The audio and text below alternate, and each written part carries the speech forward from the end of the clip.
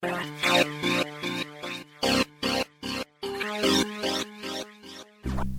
was watching a show on TV and this splash screen came on before the show with lots of sort of white lines radiating from a central point, and each one was offset a little bit, so there's like red, green, and blue lines, but then when they overlapped they created white. And I thought, oh, that's sort of a cool effect. I wonder if they did that with procedural textures. But then I thought, well, I don't really have a good way of making lots of lines emanating from a single point. But then I thought of, oh, I just made this star pattern.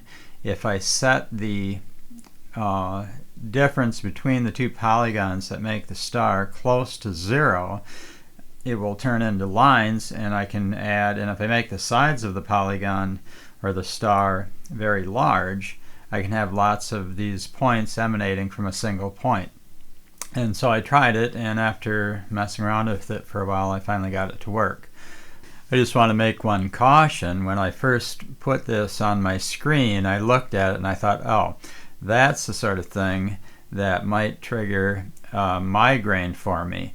And so if you're sensitive to flashing lights causing you either migraines or a seizure, you might want to be careful with this one, because where those points all come together, it can get a little bit irritating.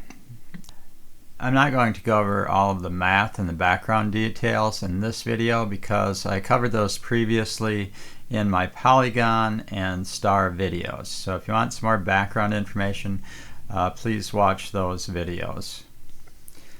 To get started, I'm going to start with a new document. I'll make it 1024 by 1024 pixels and make sure it's set to RGB mode. Create that and color it in with black, so fill it with black, and then I'm going to add a live procedural texture filter. I'll add a real number custom input, I'll call it scale, and set that to 4 to get started. And then I'm going to add in a integer number input for the number of sides. I'm going to call this n, and I'm going to call this sides. And I'll set that to 10, I think, to get started. We'll add more later. For the equation, I'm going to add a single equation, assign it to all 3 channels. I'm going to start with a variable var s for the number of sides equals 360 degrees divided by n. So this is sort of the angle swept by each side, is the way I think of it. And then the next part is variable v for the coordinate system, vec2. I'll use relative x and relative y coordinates, and then multiply that by a, the scaling factor, and divide by w, which is width of the document in pixels. Sometimes I prefer to divide by h, the height of the document in pixels, but in this case I'll divide by w.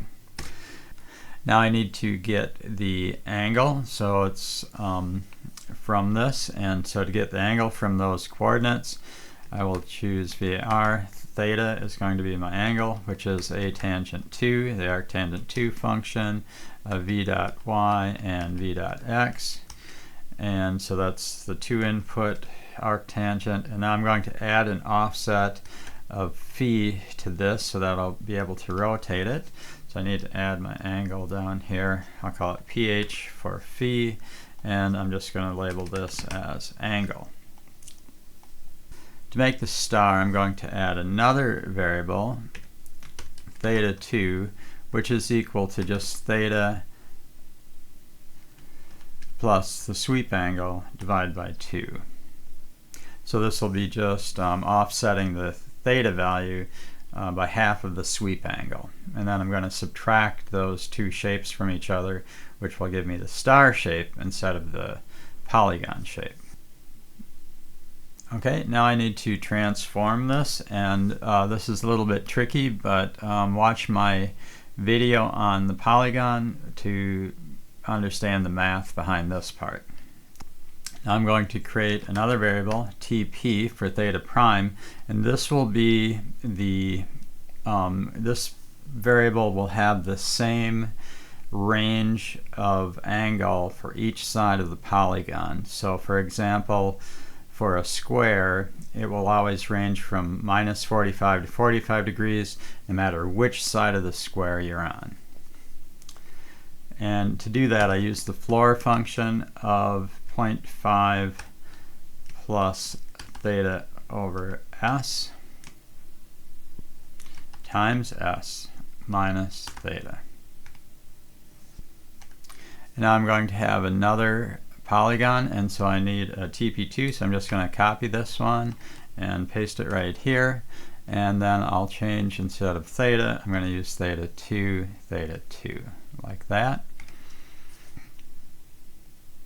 And I need to make this TP2. Okay, now I'm ready to make my polygon shape, and so I'm just going to take the length of V, which is like the radius, times the cosine of TP, and so let's take a look at that. And so you can see it already has some sides there. I guess I'll set this down to 4 for now. So there's my basic polygon shape. Let's do 5. Alright, so there's my polygon shape. I can rotate it to 270 degrees so the point is straight up. Now to create the star pattern, I need to subtract off one of the other cosine from this, and I could multiply by the length too, but I'm going to just put parentheses around here, and so I don't have to have two length multiplications in there. But I'll just subtract by cosine of TP2. Like that. Now I need to add a shaping factor for my star, and so I'm going to add a -1 to 1 range input, and I'm going to label that I, and I'm going to give a description of shape for that, and I'm going to multiply my second cosine function by I. And there is a nice star shape. I'm going to rotate that with my angle so the point is pointing straight up, and then I can adjust this to make it a little more pointed or a little more rounded. Now I'm going to use the smoothstep function to add an edge to this, and so I'll add a 0 to 1 slider. I'll call this one E1, and this will be the edge of the smooth step, and then I'll add a 0 to 1 slider, E2, and that will be the smoothing factor for the smooth step function. So the smooth step function will create an edge, a dark edge, and color everything below that value black and everything above that value white. Just make a smooth step, and I'll put in E1, and then E1 plus E2. So my E2 will act as a sort of a smoothing factor, and then add a third parenthesis to the end of this. Okay, and so they're all both pretty large, but if I make this 0, then it's a sharp edge, or if I bring this up, it'll be a smooth edge, like that. Now the other thing I want to do is I want a light star on a dark background, so I'm going to adjust that. And all I have to do to get that is just take 1 minus the smooth step. Put in a 1 minus here, and that gives me a light star on a dark background. So that's exactly what I want. But what I want is to have these points go out a long way. And this works out pretty well like this. I can make them into lines or even make it wider than that. Okay, so that works pretty well, but as I bring up the number of sides, it gets more and more rounded, and it's harder to get this edge just right. this slider is really close to the edge. This one is almost 0, and this one is almost 1. So what I'd like to do is to have a way to adjust those sliders. And so I'm just going to add a couple of real number values, B and C, and I'll call this one shape adjust, and I'll call this one edge adjust. Okay, and I'm going to set these to 10, I guess. Okay, so for shape adjust, I need this to be very close to 1, just a little bit off from 1. So what I'm going to do is, instead of just I over here, I'm going to start with 1 in parentheses plus I. So that'll move it on either, it's a -1 to 1 slider, so it'll go on either side of 1. And then I'm going to divide by my B value, which is shape adjust. And so now when I'm at 0, it looks like that, and I can make it, move it just a little below 0 and go that way, or above 0 to go that way, to make my sunburst effect. And then for the edge adjust, which I also need to control this, I'm going to divide by my edge adjust factor. So I'm going to divide the edge by C, and I'm going to put E1 plus E2 in parentheses and divide by C. And that'll help me to control that, so I'm not sitting down here very close to 0. I can bring this up. And you can see it looks a little crisper. I can smooth that, but it looks, this helps to control the star shape, especially when we get up to a large number of points. Now, as I said before, this shape can start to be irritating, and as I add more points to the star, it could get rather like a flashing light effect that might affect people who get migraines. I can get migraines from flashing lights, and so I'm just going to decrease this opacity to, maybe 60%, just to try to prevent some of that. Now I'm going to increase the N, and I'm going to adjust my parameters as I go. So you'll see as I bring this way up, I'm just going to set this to 60, I think. So there, it's a pretty big star. Now I'm going to zoom out, and the farther I zoom out, the smaller this point will get in the middle. So I can make that point real small with my edge too, and then with my shaping function I can bring this up, but again it's real hard to control, so I'm going to make this, let's try 50 and see how that goes. I think I'll just make this 100. Yeah, now I can get it to be very narrow points. I'm going to set this, bring the opacity back up again. Okay, like that. So that looks a lot like what I was going for. You can make these very long pointed star shapes.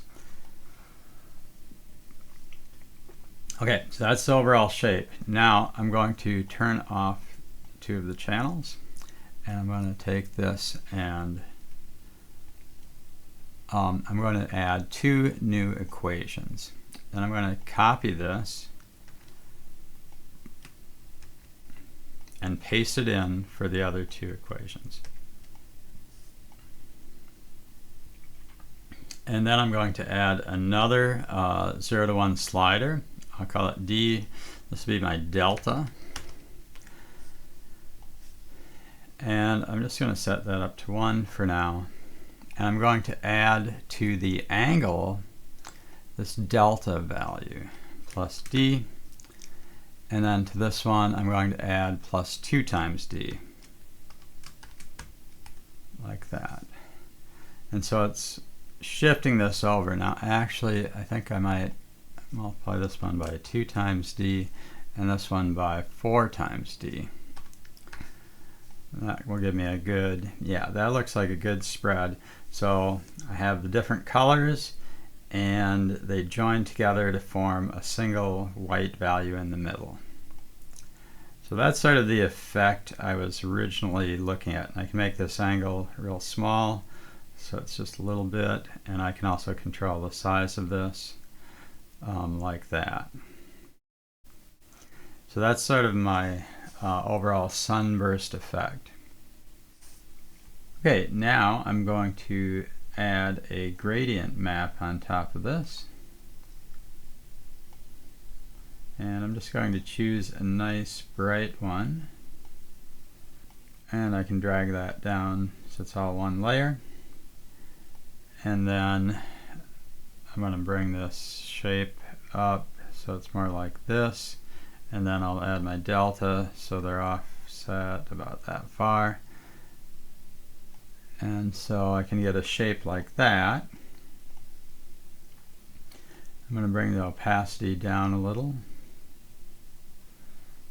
And then I'm going to duplicate this procedural texture.